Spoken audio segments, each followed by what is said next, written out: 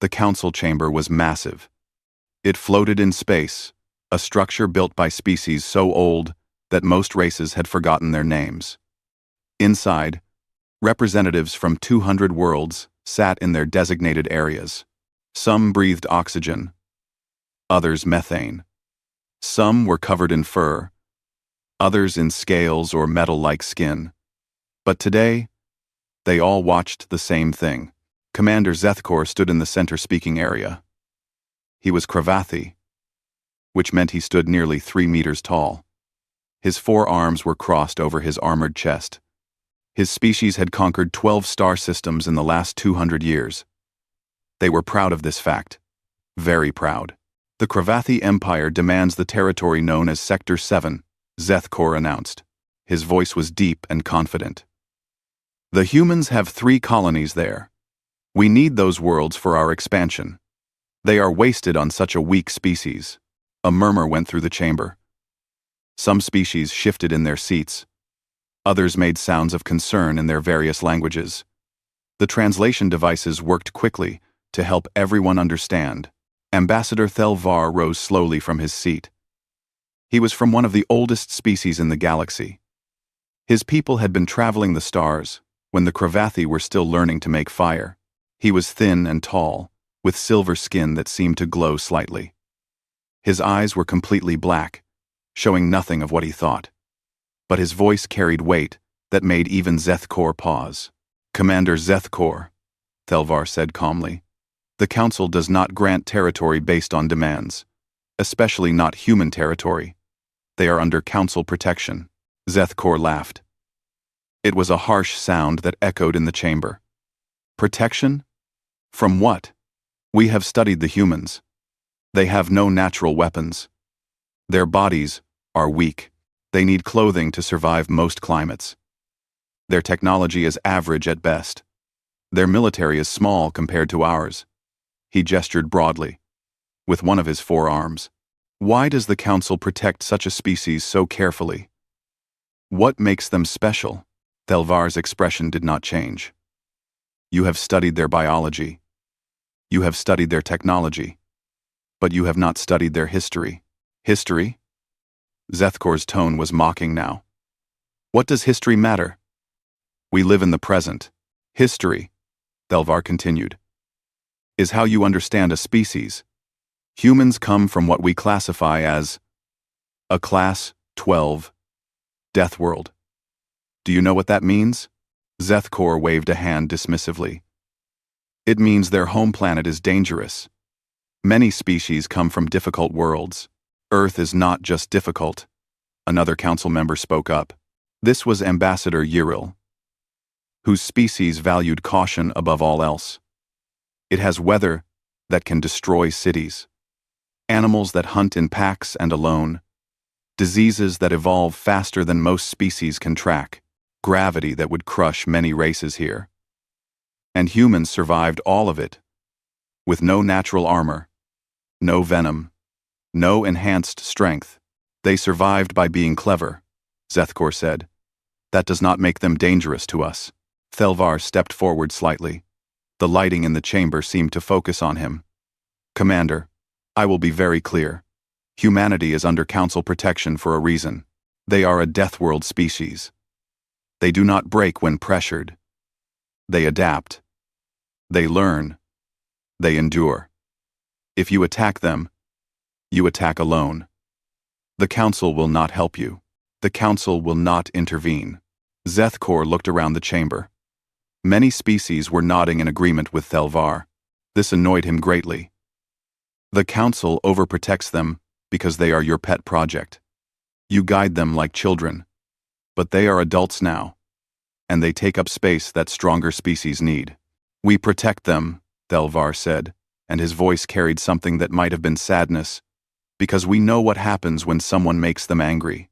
We have seen it in their own history. They have fought wars against themselves that lasted generations. They have created weapons that could destroy their own planet. And yet, they survive. They always survive. Then they should understand that surrender is sometimes necessary, Zethkor replied. We will take Sector 7. If they resist, they will learn that the Cravathi Empire does not accept defiance. The chamber was silent for a long moment. Then Thelvar spoke one more time. Commander Zethkor, I will say this once more, and I suggest you remember it. Do not attack humanity. They are not what you think they are. This is not political posturing. This is not us protecting a favored species. This is a genuine warning. If you attack them, you will regret it. Zethkor turned and walked toward the exit. The Cravathi Empire does not take orders from a council that has grown soft. We will do what is necessary for our people. 3 days later, the Cravathi fleet arrived at New Jeju. It was a farming colony, home to 60,000 humans. The planet was beautiful, with golden fields and blue rivers. The colonists had built their settlements to blend with the natural landscape. From space, it looked peaceful and undefended. The defense coordinator for New Jeju was a woman named Minseo Park. She was in the command center when the sensors picked up the incoming fleet. 40 Cravathi warships, moving in formation. They were not hiding their approach. Get me a channel to the Cravathi commander, Minseo ordered. Her voice was calm, but her hands were already moving across the control panels. She was activating emergency protocols even as she spoke. The face of a Cravathi officer appeared on the screen. I am Sub-Commander Thalvor. You will surrender your colony to the Cravathi Empire. We claim this world by right of strength. This colony is protected by the Galactic Council and by human law, Minseo said. You are violating both. Leave now, and this can be resolved peacefully, Thalvor laughed. You have no weapons that can harm us. You have no ships that can match ours. Surrender, and your people will be treated fairly under Cravathi rule. Minseo took a deep breath. She pressed a series of commands on her console. A message began transmitting on all emergency channels. It would reach the nearest human military base in 6 hours. It would reach Earth in 2 days. I'm afraid I cannot do that, she said. Then you choose the hard way, Thalvor replied. The transmission cut off. The Cravathi ships opened fire. Not on the settlements, not yet. They targeted the communications array first. The dishes exploded in bright flashes. Then they targeted the power stations. The colony went dark except for emergency systems. Minseo watched it happen. Her message had gotten out just in time. Now she had to keep her people alive until help arrived. She activated the colony-wide announcement system, which ran on backup power. This is Defense Coordinator Park. The colony is under attack. Initiate Survival Protocol 7. I repeat. Survival Protocol 7. Stay in your homes. Stay away from windows. Help is coming. Outside, the Cravathi troop carriers began their descent. Thousands of soldiers, ready to occupy a defenseless farming colony. They expected an easy victory. They expected gratitude. Even, many conquered species eventually thanked the Cravathi for bringing them into their empire. What they did not expect was that in 6 hours, a human military fleet would receive Minseo's message. They did not expect that the message contained detailed scans of their ships, their formations, and their tactics. They did not expect that every human who heard about the attack would remember it.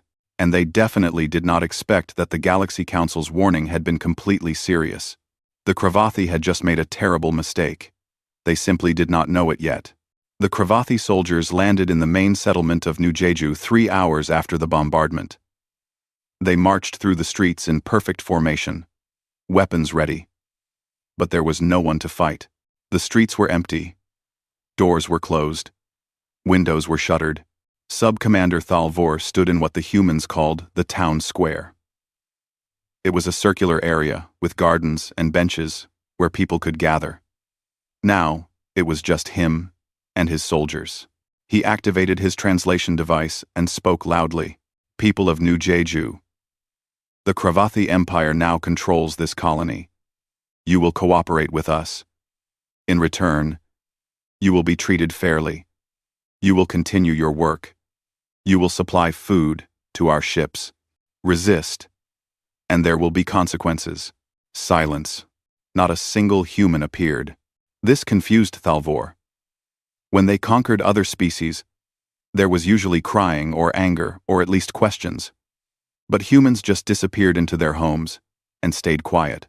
He sent soldiers door to door to count the population and explain the new rules. The first team returned an hour later. "Sir, the humans say they understand," one soldier reported.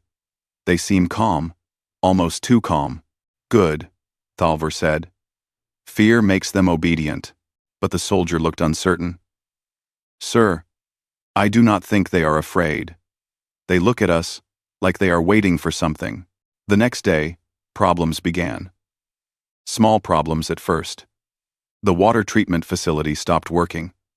When Cravathi engineers examined it, they found that key components had been removed, not broken or destroyed, just gone. Then the farming equipment started failing. Tractors would not start. Irrigation systems leaked. Harvesting machines made strange noises and shut down. Every single piece of equipment had some issue. Thalvor ordered humans to fix the problems. They tried, or at least they seemed to try. But repairs took a long time. Parts were missing. Tools could not be found. Workers showed up late, or sometimes not at all. When questioned, they always had reasonable explanations. Someone was sick, someone had to care for children, someone misunderstood the schedule. After a week, the Cravathi had accomplished almost nothing. The colony still ran on emergency power. Food production had stopped completely, and the humans remained polite, cooperative, and absolutely useless. "They are sabotaging us," one of Thalvor's officers said during a briefing. "I know that," Thalvor snapped. "But we have found no proof. They just work very slowly and badly." "We could make examples," another officer suggested. "Punish a few to motivate the others." Thalvor considered this. But Commander Zethkor had been clear. This was meant to be a peaceful occupation.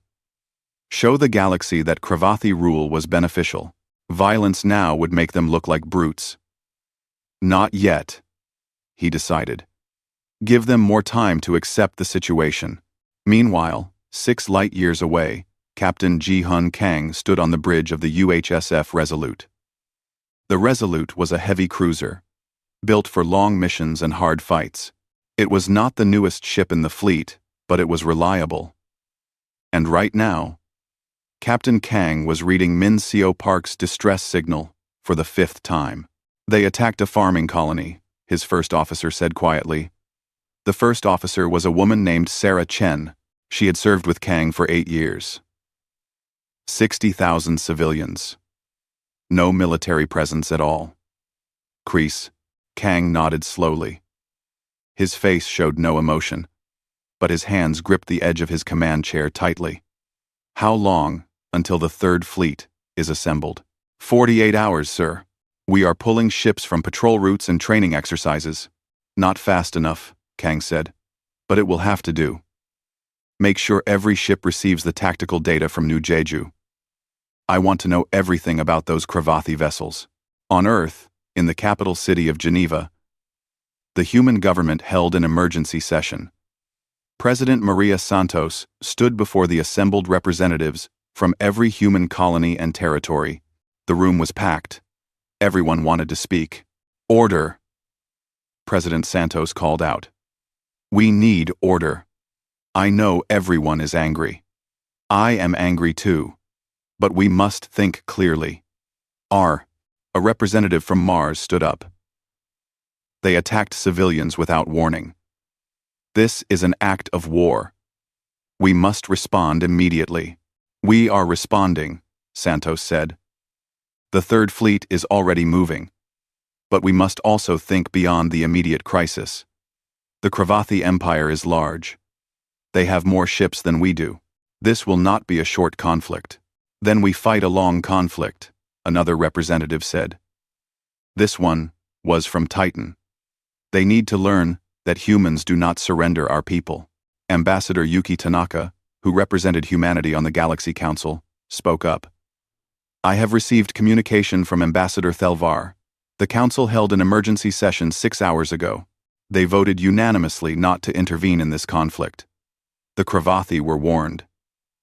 And they attacked anyway. So we are alone? Someone asked. No. Tanaka said. We are not alone. The Council is not helping the Cravathi either. And Thelvar sent a personal message. She pulled up a screen and read from it. He says, and I quote, "We warned them. They did not listen. Now humanity will respond as humans do. We will observe. We will remember. And we will update our records accordingly." President Santos understood. The Council was giving humanity permission to handle this situation however they needed to. There would be no political consequences. No sanctions.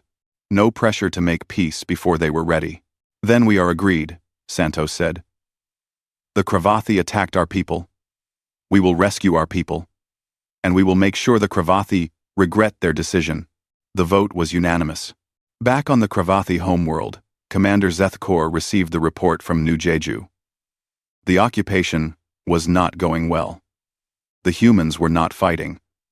But they were not cooperating either. And now his scouts reported human military ships moving toward the colony. Zethkor called a meeting with the Council of Elders. They were the leaders of the Cravathi Empire, old warriors who had won their positions through strength and wisdom. They listened to his report in silence. The humans are sending ships, Zethkor explained. A small fleet. Perhaps 20 vessels. Nothing we cannot handle. And the Galaxy Council? One of the elders asked. They will do nothing. Thelvar made dramatic warnings, but it was all talk. The Council is weak. They talk and debate but never act. Another elder leaned forward. What if the warnings were not talk? What if Thelvar meant what he said? Zethkor stood straighter. With respect, elder. Humans are not warriors. They are farmers and scientists and diplomats. They have fought no major wars in 3 generations. Their military exists for defense and pirate control. They will try to negotiate. And if they fight, they will lose quickly. The elders discussed this among themselves in their own language. Finally, the senior elder spoke. Very well. Send reinforcements to New Jeju. If the humans want to fight, we will show them why the Cravathi Empire has never lost a war. But be ready to offer them terms. We want their territory, not endless conflict. Zethkor bowed his head in respect. It will be done, elders. As he left the council chamber, Zethkor felt confident. The humans would arrive at New Jeju in 2 days. His reinforcements would be there in 1. The humans would see they were outnumbered and outgunned. They would negotiate, and the Cravathi Empire would gain 3 valuable colony worlds without much effort. He did not know that on the Resolute, Captain Kang was studying Cravathi tactics. He did not know that human strategists were analyzing every battle the Cravathi had ever fought. He did not know that the entire human military was shifting to a war footing for the first time in decades. And he definitely did not know that humans had learned, through thousands of years of fighting each other, how to win wars against enemies who were stronger, faster, and better armed. The Cravathi thought this would be easy. They thought humans would be like the other species they had conquered, weak-willed, quick to surrender. They were about to learn that humans were nothing like the other species, and the lesson was going to be painful. The human fleet dropped out of faster-than-light travel at the edge of the New Jeju system. 23 ships in total. Cruisers, destroyers, and support vessels. On paper, they were outnumbered. The Cravathi had 40 warships now, after reinforcements arrived. Bigger ships, more weapons. On the bridge of the Resolute, Captain Kang watched the sensor displays. He could see every Cravathi ship. They were arranged in a standard defensive formation around the planet. Textbook, military positioning, strong and intimidating. They want us to see them, Sarah Chen said. They are trying to make us afraid. It is working a little, Kang admitted. But fear is useful. It makes you careful. He opened a channel to all human ships, all vessels. This is Kang. Initiate evacuation protocol. Defensive positions only. Do not fire unless fired upon.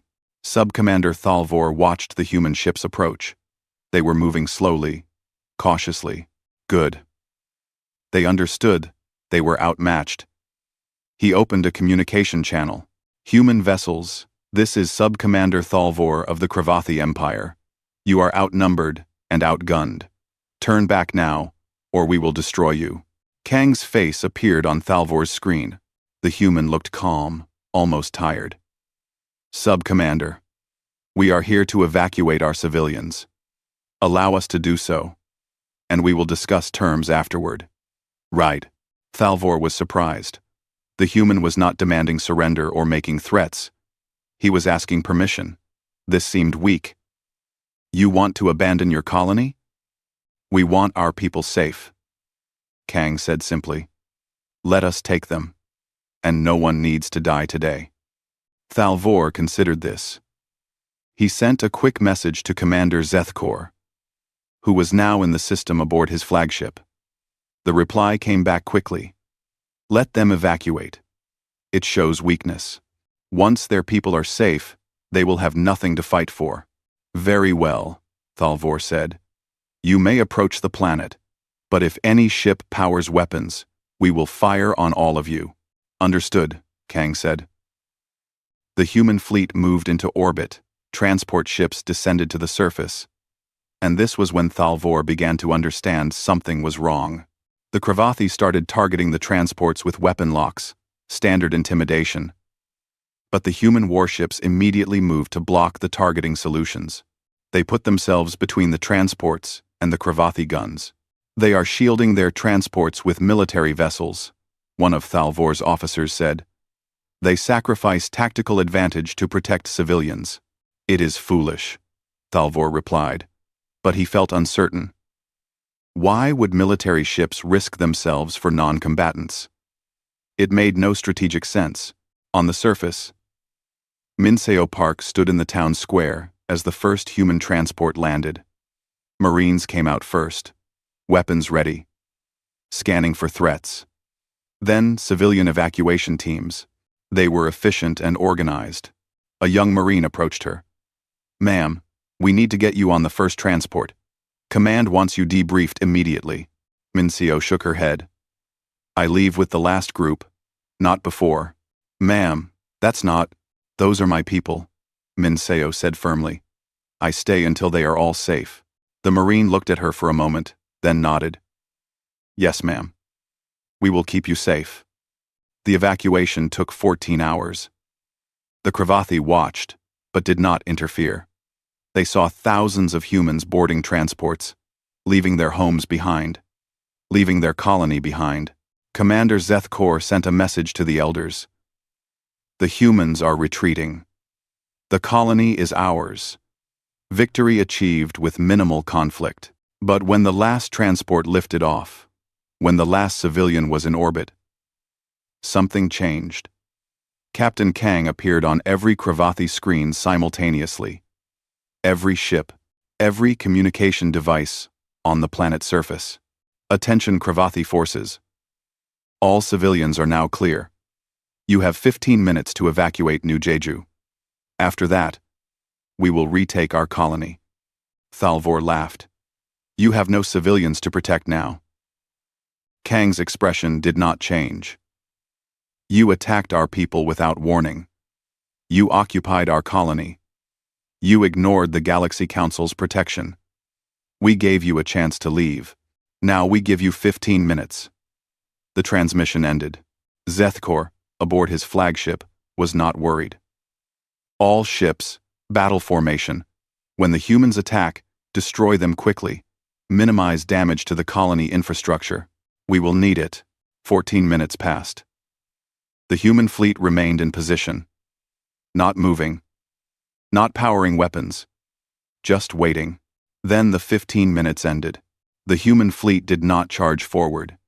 They did not fire missiles or energy weapons. Instead, they split into 3 groups and accelerated in different directions. Fast. Faster than the Cravathi expected. The ships moved with precision, like they had practiced this exact maneuver 1,000 times. "They are running," one of Thalvor's officers shouted.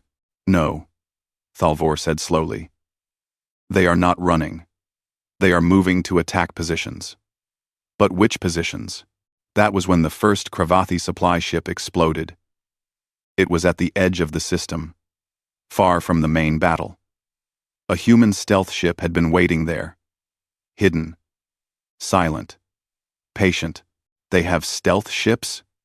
Zethkor could not believe it. Their sensors had not detected anything. Then 3 more supply ships went dark. Not destroyed, just disabled. Engines dead. Communications cut. The human ships disappeared again before the Cravathi could respond. "Find them," Zethkor ordered. All ships. Full sensor sweep. But the Cravathi sensors found nothing. Meanwhile, the main human fleet was doing something strange. They were not attacking the Cravathi warships. Instead, they were targeting the orbital stations that the Cravathi had set up. Small stations, barely defended. The humans destroyed them in minutes and moved on before the main Cravathi fleet could respond. They are avoiding direct combat, Thalvor realized. They hit targets we cannot defend and run before we can engage. Then we force them to fight, Zethkor said. All ships. Pursue the human fleet. Run them down. The Cravathi fleet split up to chase the human groups. This was exactly what Kang wanted. When the Cravathi ships spread out, they lost their formation strength, and human ships were faster in small-scale maneuvers. A group of 5 Cravathi destroyers chased 3 human frigates. The human ships led them toward an asteroid field. The Cravathi followed, confident they would corner their prey. But when they entered the field, the human ships suddenly stopped running. They turned and fired. Not at the Cravathi ships, but at specific asteroids. The asteroids exploded, sending debris in calculated directions. The Cravathi ships had to scatter to avoid the debris, breaking their formation. That was when the human ships attacked. Quick, precise strikes at weak points. Engines, communication arrays, weapon systems. Not trying to destroy the Cravathi ships, just disable them. Then the human ships vanished into the asteroid field again. What kind of tactic is this? One Cravathi captain demanded over the communication channel. The answer was simple. It was human tactics. Humans had fought wars against themselves for thousands of years. They had learned that you do not always need to be stronger. Sometimes, you need to be smarter, faster, more adaptable.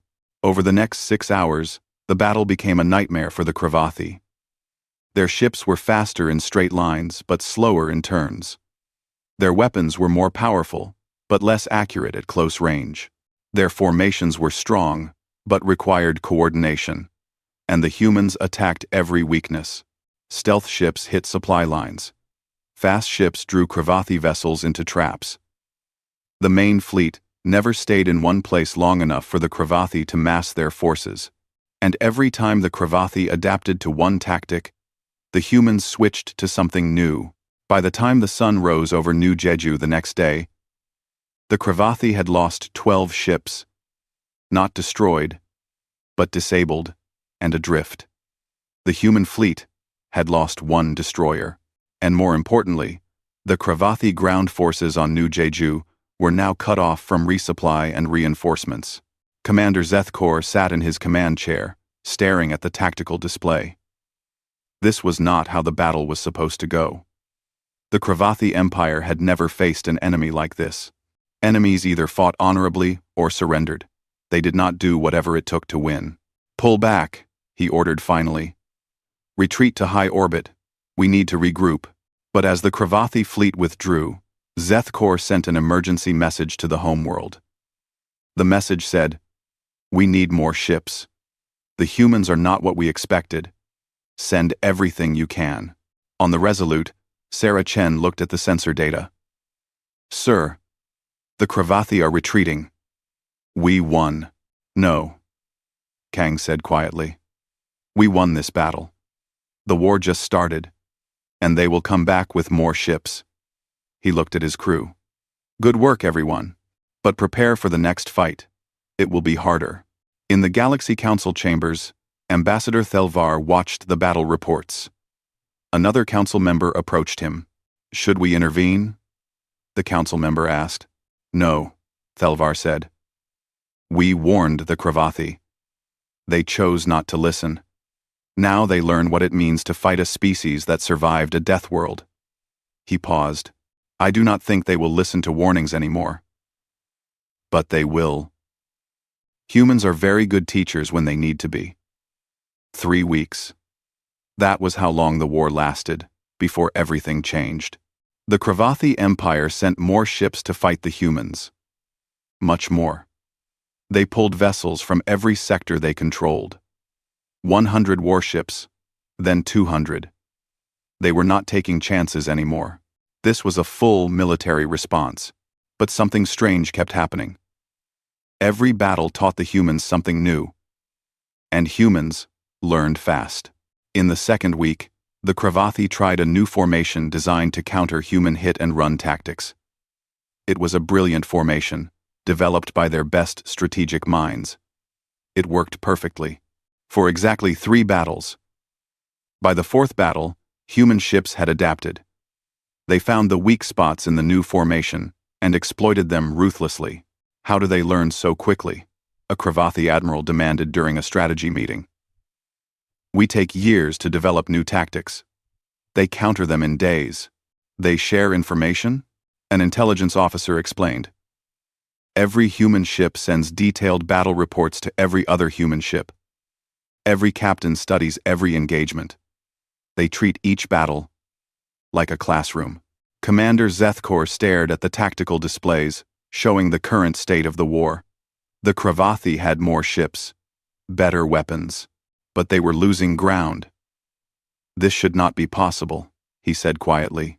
On New Jeju, the situation on the ground was even worse for the Cravathi occupiers. The human civilians were gone, but human soldiers had landed. Not in massive numbers, but in small teams. They moved at night. They struck without warning. They made the Cravathi afraid of the dark. Commander Su-Jin Lee led one of these teams. She had 12 soldiers with her, against 3,000 Cravathi troops in the main settlement. On paper, it was suicide. But Su-Jin had studied Cravathi psychology. She knew what scared them. Cravathi were pack fighters. They felt safe in groups. They relied on overwhelming force and direct confrontation. So Su-Jin did the opposite. Her teams attacked supply depots at night. They sabotaged equipment. They cut communication lines. They never stayed in one place. They never fought fair. After 1 week of this, the Cravathi ground forces were exhausted. They slept in shifts, always watching for shadows. Every sound made them nervous. They started shooting at things that were not there. Morale collapsed. Sub-Commander Thalvor tried to restore order. He organized patrols. He set up defensive perimeters. He used every tactic from the Cravathi military handbook, but the handbook assumed enemies who followed rules. Humans did not follow any rules except winning. One night, Thalvor's command post came under attack. Not from gunfire or explosives, from sound. Human soldiers had surrounded the building and played audio recordings at high volume. The recordings were of Cravathi distress calls, wounded soldiers, dying commanders, mixed with human voices speaking in broken Cravathi. We are coming. We are patient. We are always watching. We are coming. We are coming. We are coming. It was psychological warfare. It was cruel. It was effective. Thalvor sent a message to Commander Zethkor. I cannot hold New Jeju with current forces. The humans do not fight like any species we have encountered. They treat war like hunting. Request immediate reinforcement or permission to withdraw. The reply was simple. Hold position. Retreat is not an option. Reinforcements are coming. But the reinforcements never made it to New Jeju. Because in the 3rd week, Humanity launched Operation Counterstrike. Human intelligence had spent 2 weeks studying captured Kravathi technology and intercepted communications. They mapped every Kravathi military installation in 3 sectors: every supply depot, every repair station, every communication relay.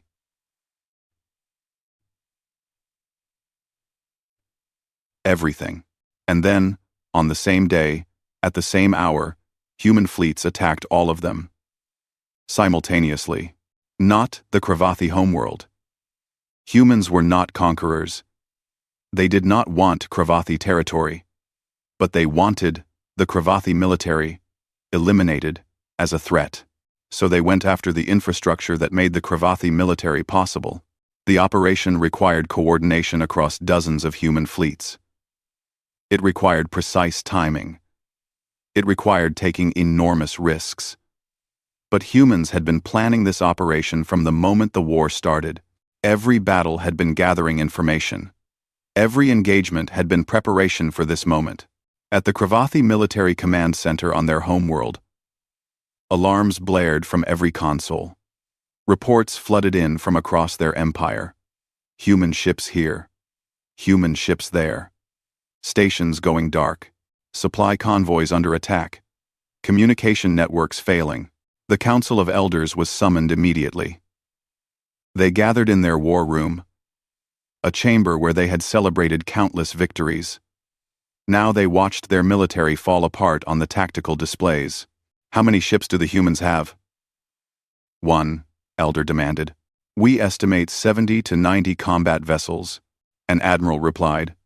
But they are striking at locations we thought were too distant for them to reach. They must have been positioning ships for weeks. And our forces? Scattered. Chasing human fleets across multiple systems. We have more ships, but they are not where we need them. The senior elder stood slowly. He was old, even for a Kravathi. He had led the empire through 3 successful wars, but he had never seen anything like this. How long can our military function without the installations they are targeting? Go. The admiral hesitated. Days, perhaps. Without repair stations, damaged ships cannot be fixed.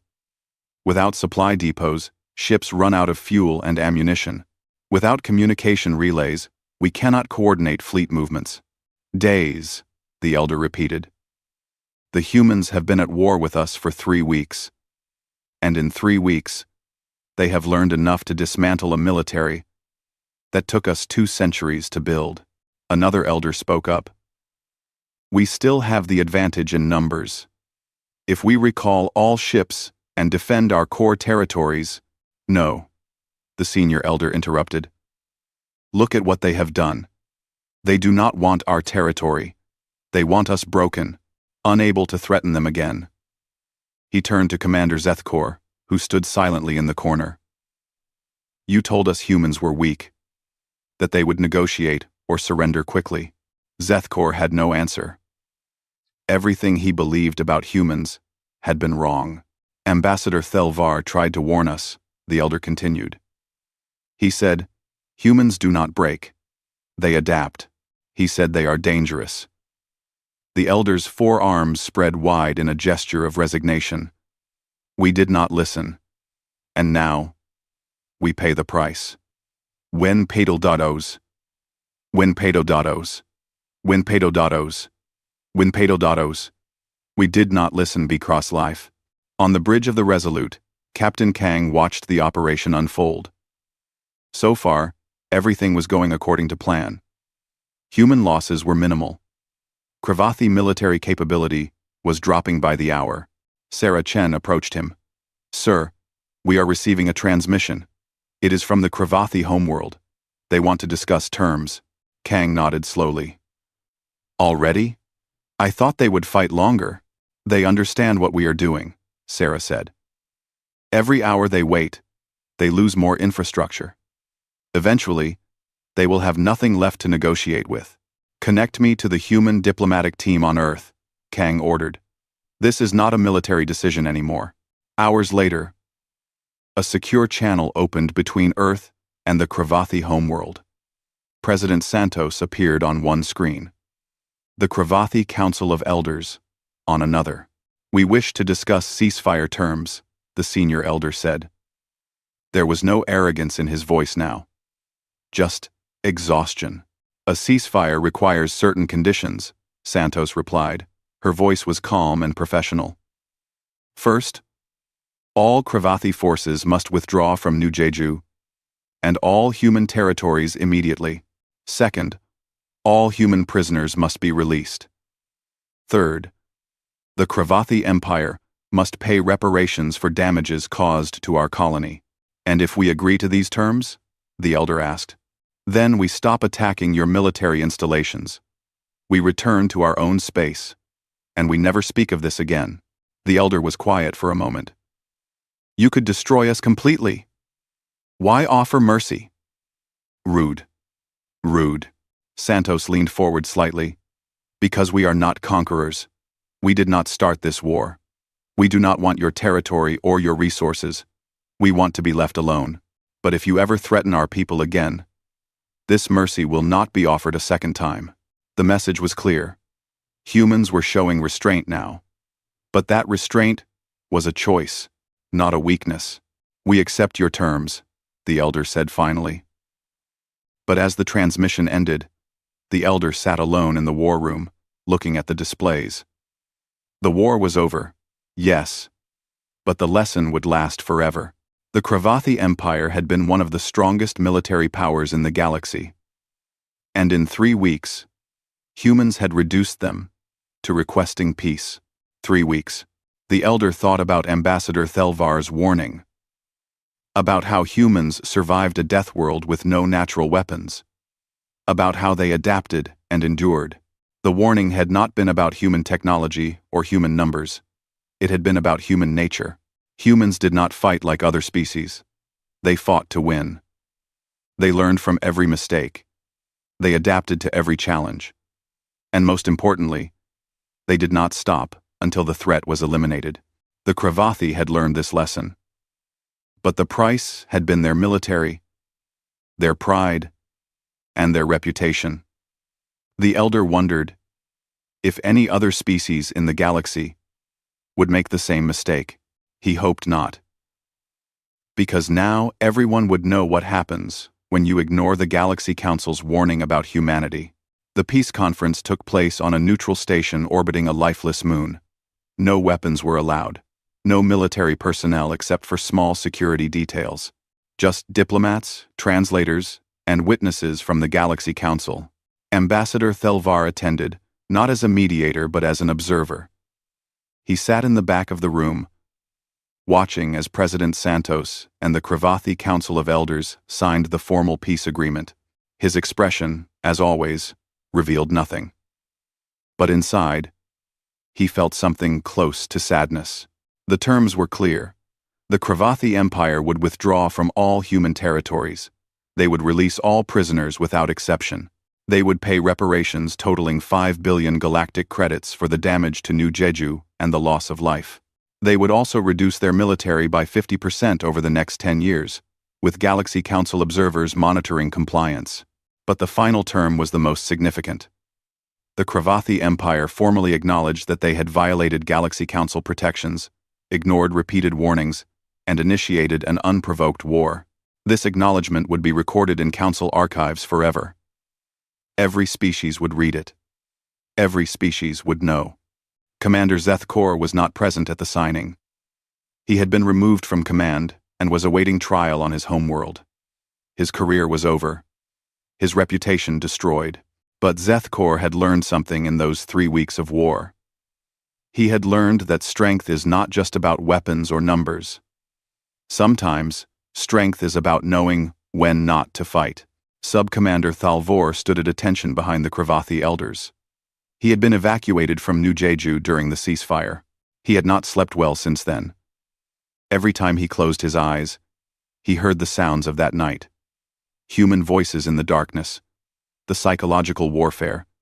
The feeling of being hunted. After the signing, the senior Galactic elder approached Ambassador Thelvar privately. The ancient alien looked at the old Galactic warrior with those black, expressionless eyes. "You tried to warn us," the elder said quietly. "You told us exactly what would happen, and we called it political posturing." "I know," Thelvar replied. "I have seen this before. Not with humans specifically, but with species who ignored warnings about other Deathworld races. Pride is a dangerous advisor. Why did you not tell us more clearly? Why not explain in detail what humans could do?" 1. Thelvar tilted his head slightly. "Would you have believed me if I had described exactly what happened in this war? Would you have thought I was being truthful or trying to scare you?" The elder had no answer. Because Thelvar was right. If he had described human tactics, human adaptability, human determination, it would have sounded like exaggeration, like propaganda designed to protect a favored species. "There is something I still do not understand," the elder said. "Why do humans fight so effectively? They have no natural weapons. They are physically weaker than most warrior species. What makes them so dangerous?" Thelvar was quiet for a long moment. Then he spoke carefully. "Humans have fought wars against themselves for thousands of years. Before they reached the stars, they perfected the art of killing other humans. They know every tactic, every strategy, every psychological trick. They know war intimately because they have practiced it on each other." He paused. "And because they know the cost of war so well, they prefer not to fight. But when they do fight, they use everything they have learned. Every lesson from every human war in their history." The elder absorbed this information. "So they are peaceful because they understand violence." "Exactly," Thelvar said. "And that understanding makes them more dangerous than species who see war as glory or ritual. Humans see war as problem-solving. They study the problem, adapt to it, and solve it as efficiently as possible. I wish we had understood this before we attacked them. That is why the Council protects them," Thelvar said. "Not because they need protection from others. Because others need protection from what happens when you threaten them." Several days later, Captain Ji-hun Kang stood in the rebuilt town square of New Jeju. Reconstruction was already underway. Human engineering teams had arrived within hours of the Cravathi withdrawal. They worked quickly, efficiently. Within a month, the colony would be functional again. Within a year, it would be better than before. Min Seo Park walked over to him. She had a tablet in her hand, showing construction schedules and resource allocations. "Captain Kang, the civilian government wants to award you and your crew medals for the evacuation and liberation of New Jeju." Kang shook his head. "We were doing our job, protecting our people. That does not require medals." "Still," Min Seo said, "what you did saved lives. You could have attacked immediately, but you evacuated civilians first. That decision mattered." "Of course we evacuated first," Kang said, looking at her with mild confusion. "They were civilians. They were what we were fighting for. What kind of military would we be if we risked the people we are supposed to protect?" Min Seo smiled slightly. The Cravathi did not understand that. They thought protecting civilians was a weakness. "Then they do not understand humans at all," Kang replied. "We fight to protect, not to conquer. There is a difference." Across the galaxy, news of the war spread quickly. Every species heard the story. The Cravathi Empire, a major military power, had attacked a human colony. The Galaxy Council had warned them not to. They attacked anyway, and in 3 weeks, humanity had dismantled the Cravathi military machine. 3 weeks. Some wars lasted years. This one lasted 3 weeks. In council chambers, on trade stations, in diplomatic meetings, species talked about what happened. And slowly, a phrase began circulating in various languages. When translated to human languages, it came out as, "Do not anger the Deathworlders." Some aggressive species that had been planning expansion into human space quietly canceled those plans. Some pirates who operated near human shipping lanes found new territories. Some political groups that had questioned whether humans deserved council protection suddenly had no more questions, and the Galaxy Council updated their official records. Next to humanity's entry, they added new classifications: warning level, maximum, threat assessment, extreme, if provoked, recommended action, diplomatic engagement only, military engagement strongly discouraged. Ambassador Thelvar reviewed these updates personally. He added one final note to the record: humanity is a death world species that has fought itself for millennia. They understand war better than most species. They prefer peace. But if forced to fight, they will use every tactic, every strategy, every lesson from their violent history. They adapt quickly. They learn constantly. They do not surrender easily. They protect their people above all else. Approach with respect and honesty, never with threats. 1 year later, at a Galaxy Council session, a young species requested permission to establish trade relations with humanity. The request was approved unanimously, but before the young species left, Ambassador Thelvar approached their representative. "A word of advice," Thelvar said. "Humans are excellent trade partners. They are honest, creative, and reliable. But if you ever have a dispute with them, resolve it through words and negotiation, never through threats or violence." "Why?" the young representative asked. "Are humans really as dangerous as the stories say?" Thelvar gestured to a datapad showing the historical record of the Cravathi War. "This is not a story. This is what happens when someone ignores warnings about humanity. The Cravathi were a powerful empire. Now, they are a diminished power that will take generations to recover. And the humans did this not because they wanted to, but because they had no choice." The representative read the report, eyes widening. 3 weeks? 3 weeks. Thelvar confirmed.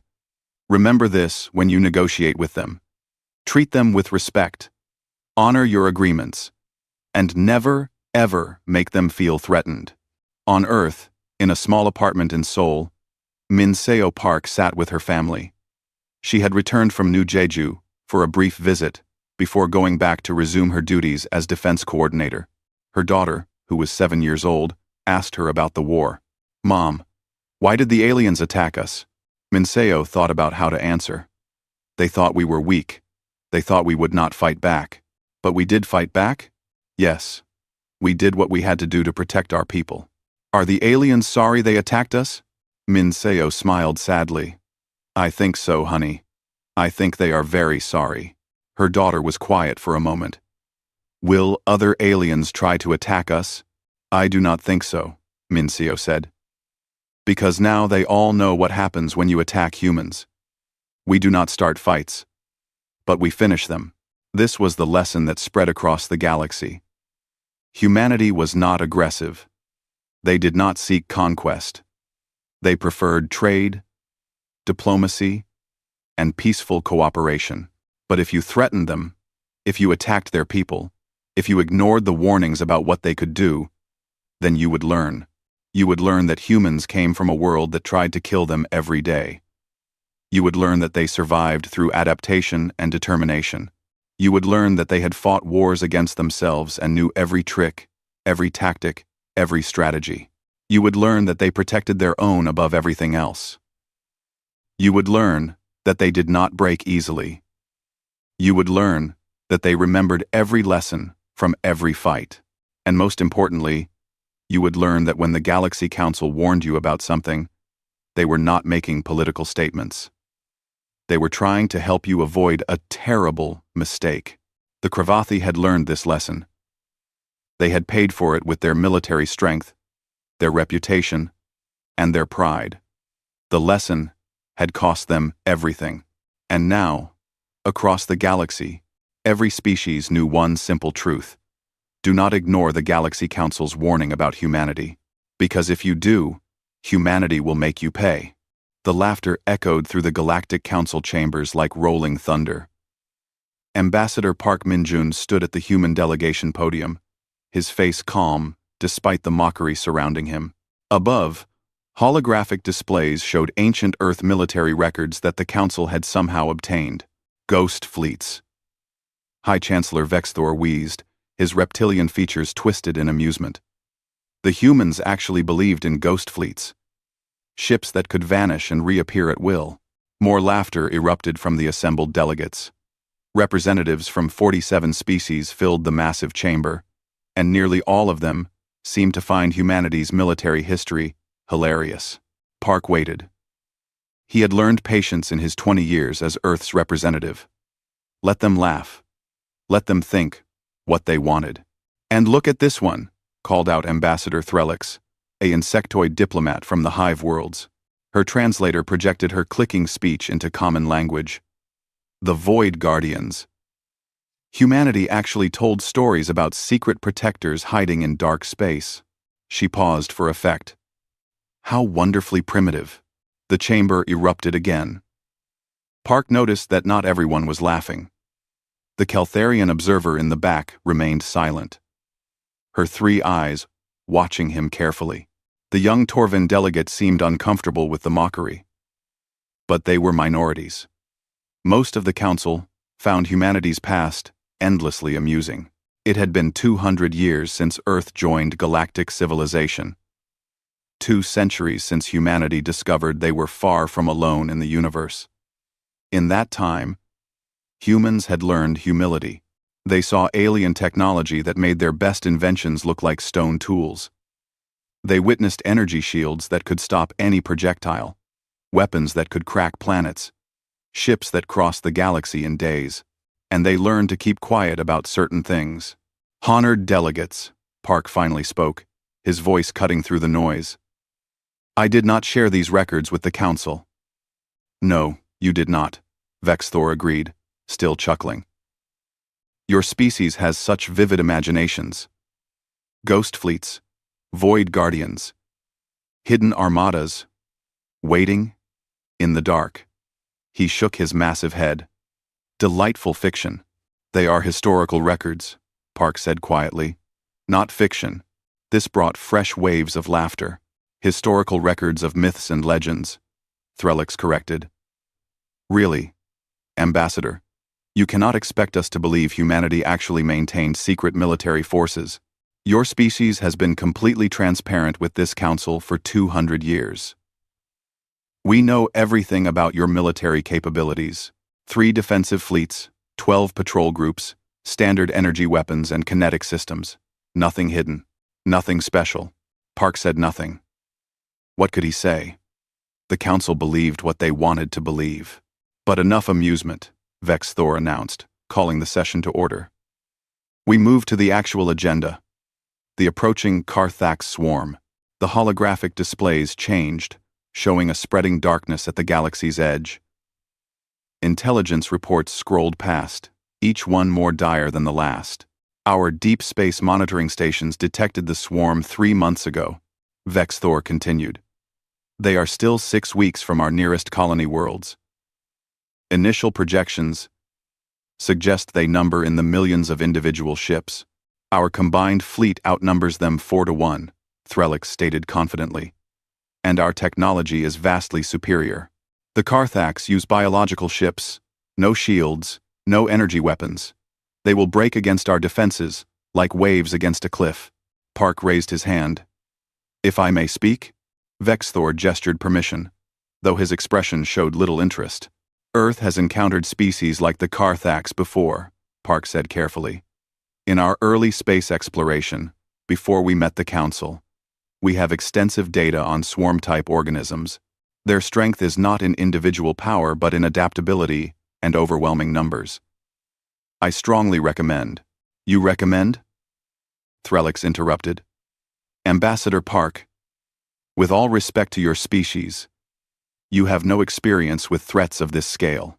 The most dangerous thing humanity ever fought was yourselves. She clicked with amusement. And according to your own legends, you hid from that threat, rather than facing it directly. We learned from our mistakes, Park replied, keeping his voice level. That is why we survived. The Council appreciates Earth's concern, Vexthor said in a tone that clearly meant the opposite. But we have defended this galaxy for 10,000 years. We have shields that can withstand supernovas, weapons that reshape reality. The combined military might of the Council is beyond anything humanity has ever witnessed. I understand your confidence, Park said, but I ask that you at least review the tactical data we have compiled. The Carthax are not like enemies you have faced before. They adapt. They learn. They are insects, Threlix said flatly. Dangerous insects. Yes, but insects nonetheless. They will be dealt with accordingly. Park tried one more time. Then, at least allow us to position our forces to help evacuate civilians if, Vexthor's voice turned cold. There is no if, Ambassador. There will be no evacuation because there will be no breakthrough. The Council's forces will obliterate this swarm long before they reach any populated worlds. He leaned forward. Unless you are suggesting that the Council's military is insufficient? Perhaps you think humanity's 3 little fleets could do better? The challenge hung in the air. Park knew a trap when he heard one. If he pushed further, it would seem like arrogance. It would damage Earth's standing in the Council. His job was to maintain good relations, not to force his opinions on species who had been spacefaring when humanity still lived in caves. The Council's wisdom exceeds my own, Park said finally, the formal phrase of acceptance. Indeed, Vexthor agreed. This session is concluded. The Council fleet will deploy in 2 weeks. The Carthax swarm will be destroyed. This threat will become another footnote in the Council's long history of victories. The delegates filed out, many still chuckling about human legends and ghost fleets. Park remained at his podium, organizing his data tablets with careful precision. The Keltharian observer approached him as the chamber emptied. You know something, she said quietly. Something you are not saying. Park met her 3-eyed gaze. I know that confidence without preparation is just another word for foolishness. Will you warn them again? They will not listen, Park said. They see us as children playing with toy weapons. They cannot imagine that we might have learned something they have not. And have you? Park smiled slightly. We learned that the species who survive are not always the strongest or the smartest. Sometimes they are simply the ones who remember their past and prepare for their future. The Keltharian studied him for a long moment.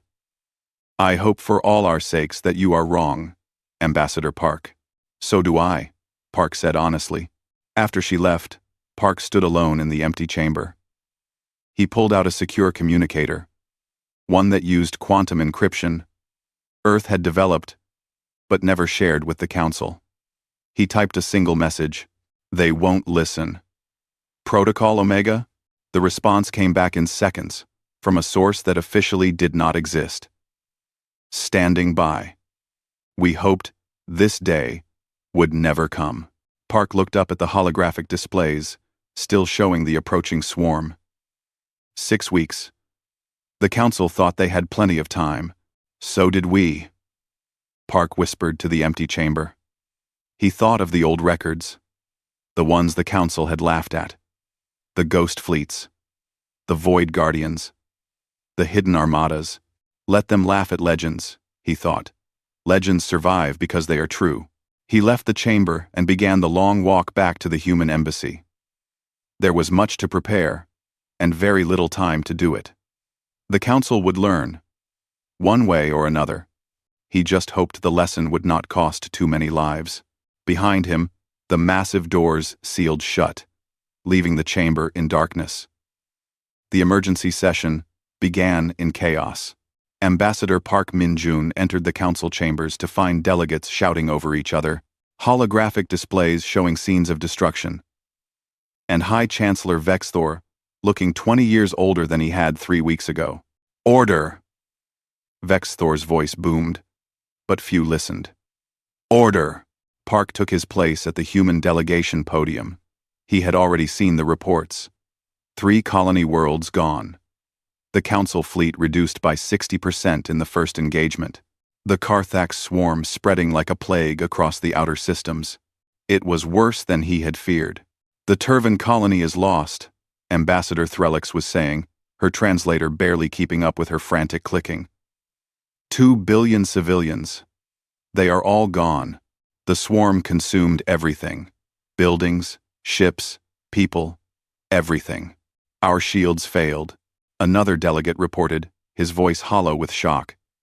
The swarm's bioweapons adapted to our frequencies within minutes. They passed through our defenses like they were not even there. Park listened as the reports continued. The picture became clearer with each one. The Council had assumed they faced a simple enemy, one they could overwhelm with superior technology. Instead, they encountered something their technology could not handle. The Carthax did not use energy weapons, so energy shields meant nothing. They did not rely on computer systems, so electronic warfare was useless. They learned and adapted faster than the Council could adjust their tactics. Each victory against them became meaningless as they evolved new responses. "Where is Fleet Commander Zeknor?" someone asked. Silence fell over the chamber. "Dead," Vex Thor said quietly. His flagship was overwhelmed during the retreat from the Kelrus system. He stayed behind to allow the civilian transports to escape. The old reptilian's voice cracked. His son commanded one of those transports. More silence. Park felt the weight of it. The Council had lost more than ships and soldiers. They had lost their certainty, their confidence, their unshakable belief in their own superiority. What do we do?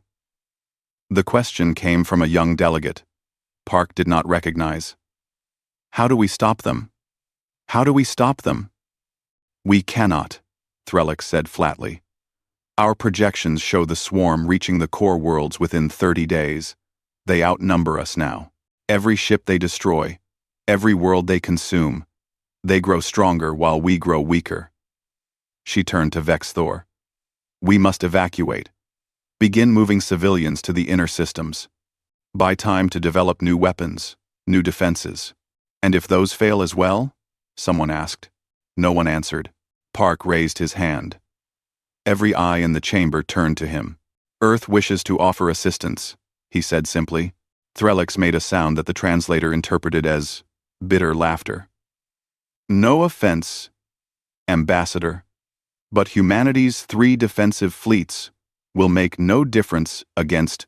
We have more than 3 fleets, Park interrupted quietly. The chamber went silent again. But this time, it was different. This was the silence of shock, not grief. Explain, Vex Thor demanded. Before Park could answer, a holographic figure materialized beside him. It showed a woman in a dark uniform. Human, with hard eyes and gray hair pulled back in a tight bun. She wore insignia that no council member recognized. Fleet Admiral Kim So-ra. The woman introduced herself.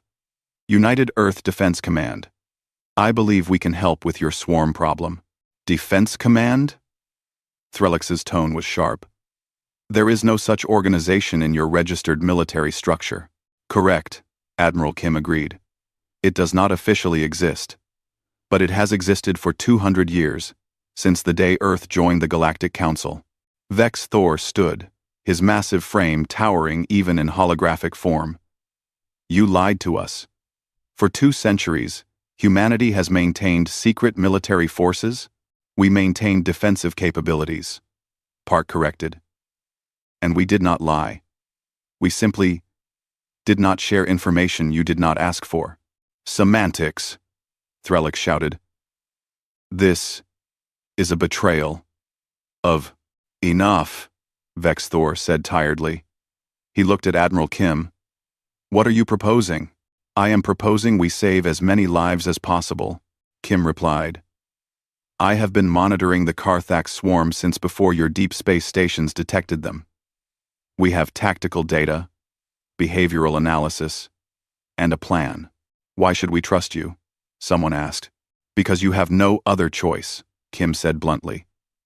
In 30 days, the swarm will reach your core worlds. You cannot stop them with the forces you have left. You need us. The truth of it hung heavy in the air. Park saw it on every face in the chamber. Pride warred with desperation, and desperation was winning. "What do you need from us?" Vex Thor asked finally. "Send all civilian ships to these coordinates."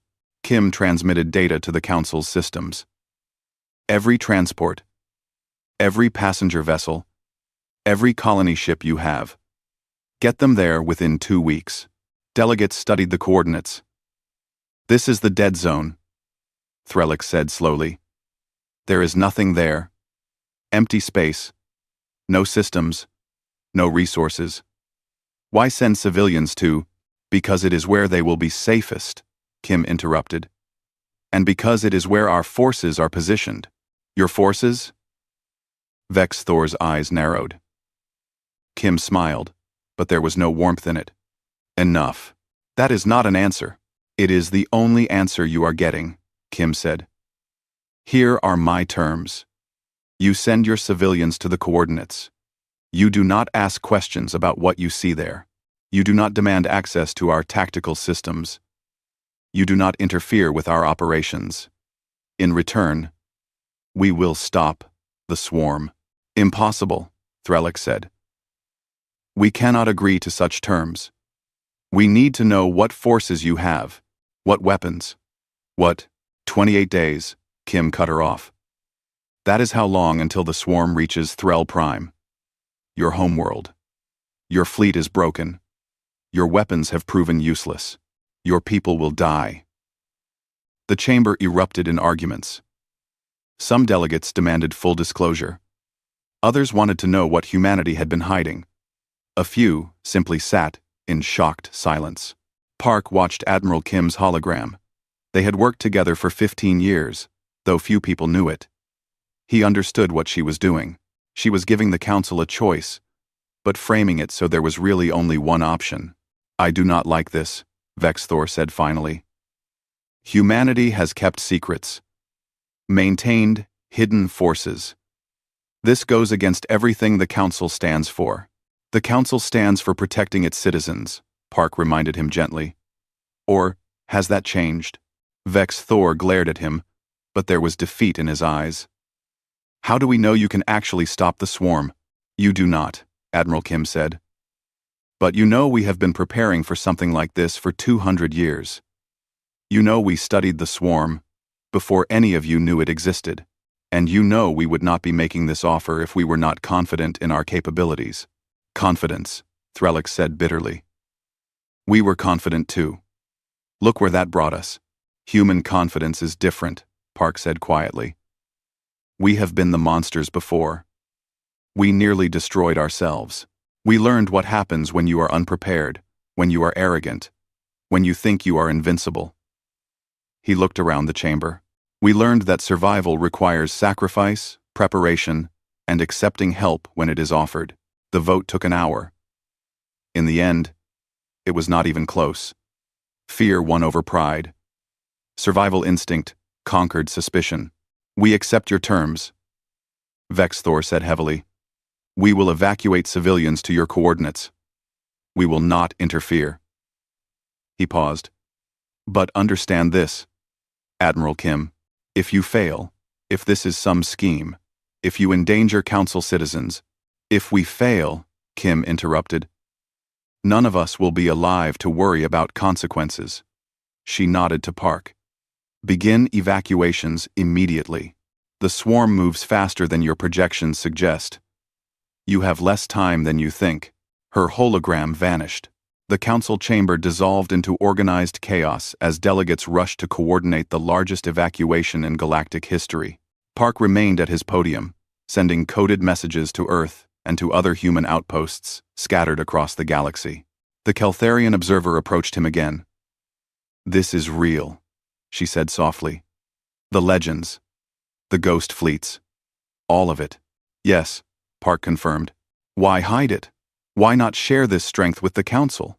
Park thought about how to answer. "Because strength without wisdom is dangerous. We had to learn wisdom first. Had to prove to ourselves that we could be trusted with power."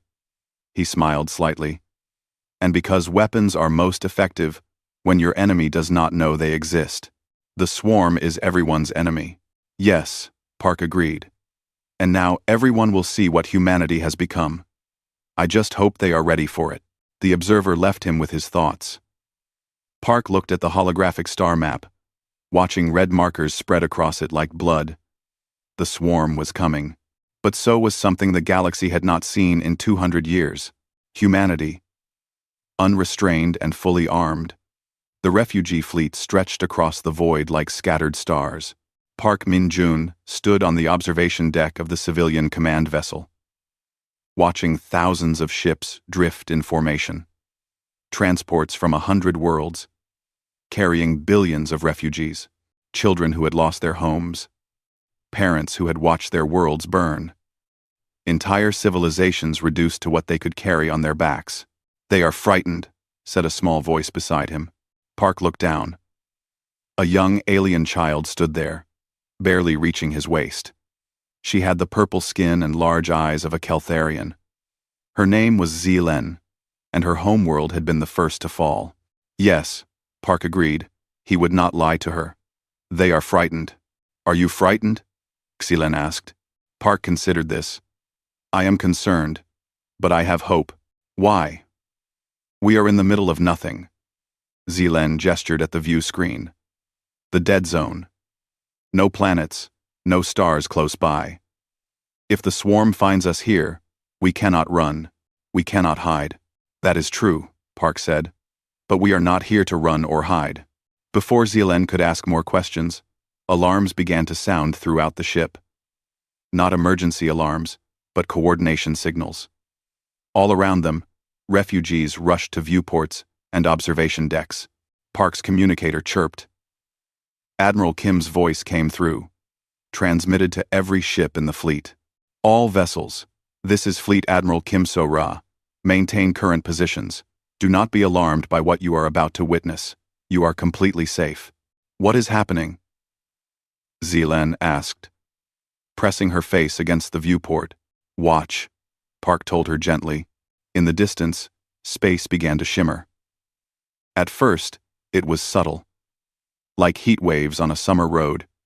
Then, the shimmer intensified, spreading across the void in all directions. What is that? Someone gasped. The shimmer became distortion. Reality itself seemed to bend and twist.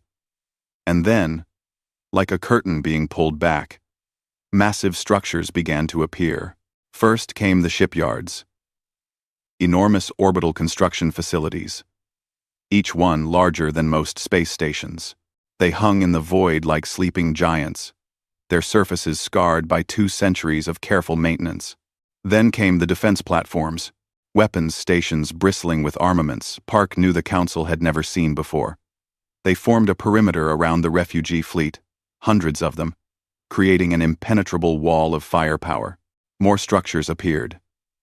Supply depots, repair facilities, command stations, communication arrays, an entire hidden infrastructure, built and maintained in secret for 200 years. By the old gods, someone whispered. But Park knew they had not seen anything yet. The largest distortions appeared at the edges of the dead zone. Space folded in on itself, and through the folds came ships. Not just ships, warships. They emerged from the void like predators waking from sleep. Massive dreadnoughts, their hulls painted in dark colors that seemed to absorb light. Sleek cruisers with lines that spoke of speed and violence, carriers that could launch 1,000 fighters. Destroyers built for close combat. Frigates designed for hit and run attacks. And they kept coming. The refugees watched in stunned silence as humanity's hidden armada revealed itself. Hundreds of ships, each one a masterwork of military engineering. Each one bearing names in languages from Earth's past. Names like times, indomitable times and times, defiance times and times. Remember the fallen asterisk. How? Threlix's voice came over an open channel, broadcasting to the entire fleet. How did you hide all of this? Admiral Kim's response was calm. We built them in the dead zone, using materials harvested from the dark matter clouds that make sensors useless here. We crewed them in secret, with volunteers who officially died in industrial accidents or exploration missions. We waited and hoped we would never need to reveal them. 200 years, Vex Thor's voice joined the conversation. Park could hear the shock in it. For 200 years, humanity has maintained a battle fleet of this size, and we never knew. You never asked? Park said quietly, though he knew they could all hear him. You assumed humanity was weak because we did not boast about our strength. You thought we were harmless because we seemed peaceful. We lied to ourselves. The Keltharian observer added. She was aboard one of the other refugee ships. We saw what we wanted to see. Primitive humans, grateful to join our advanced civilization. We never considered you might have learned lessons we had not. Zealand tugged on Park's sleeve. Are those all human ships? Yes, Park confirmed. There are so many, the child whispered. I have never seen so many warships in one place. Park knelt down to her level. Do you know why we built them? Zealand shook her head. We built them because we remember. Park said softly. We remember what it is like to be afraid. We remember what it is like to lose everything. We remember the wars that almost destroyed us, and we promised ourselves something important. What? That we would never let others suffer what we suffered. That we would be ready to protect those who cannot protect themselves. Park smiled at her. We built these ships for you, Zealand, for all the children like you. So, you could be safe. Tears welled in the child's large eyes. She hugged Park suddenly, burying her face in his uniform. He held her gently, feeling the trembling in her small body. Around them, other refugees were reacting to the revelation. Some cried with relief. Others simply stared in disbelief. A few, like Threll Ix, seemed angry at the deception, but most just felt hope for the first time since the swarm arrived.